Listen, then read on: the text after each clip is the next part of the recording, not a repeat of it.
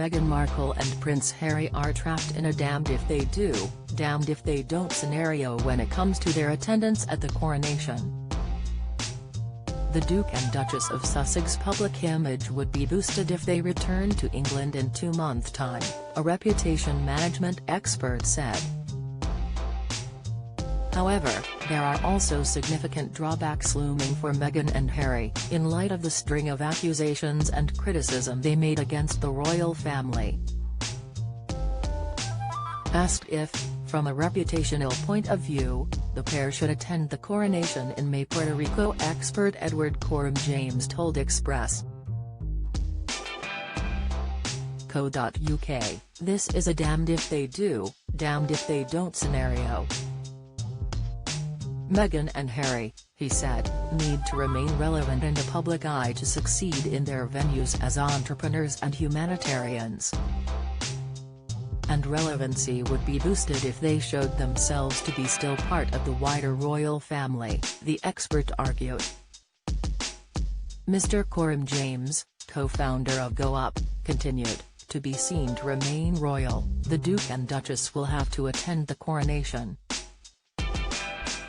Speaking about the downsides the Sussexes could incur if they attended the historic event, the commentator said Meghan and Harry run the risk of creating strange optics in light of the Duke's criticism against Charles and the royal family.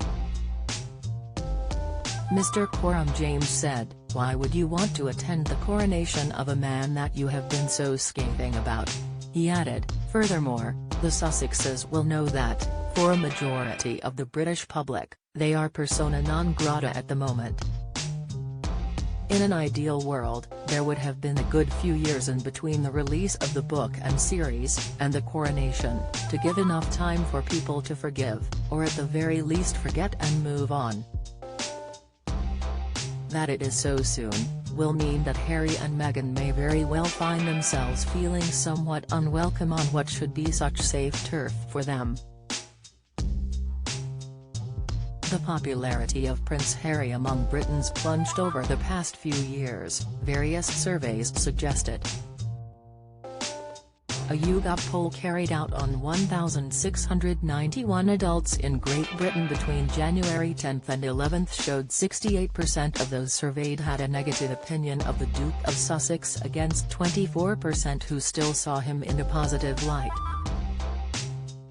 Similarly, Meghan was seen negatively by 68% of those polled against 22% who said to have a positive opinion of her.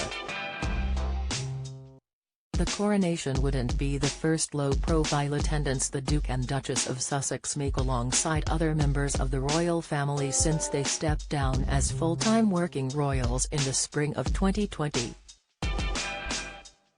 In June last year, the Sussexes attended 2 events celebrating the Queen's Platinum Jubilee, and were met with a mix of boos and cheers from members of the public as they arrived and left St. Paul's Cathedral for a service of thanksgiving.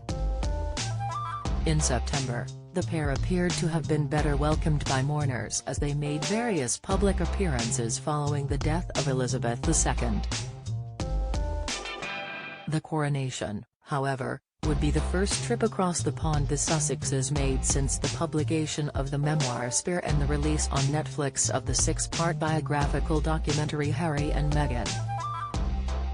Weighing up all the pros and cons, Mr. Coram-James still believes the Sussexes will attend the event at Westminster Abbey.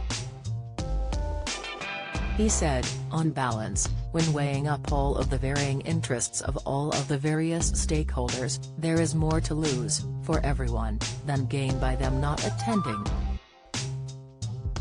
And, whereas their attendance will certainly draw a not insignificant amount of commentary and punditry, and thus be a slight distraction on the day, the shadow of their omission would likely loom even larger,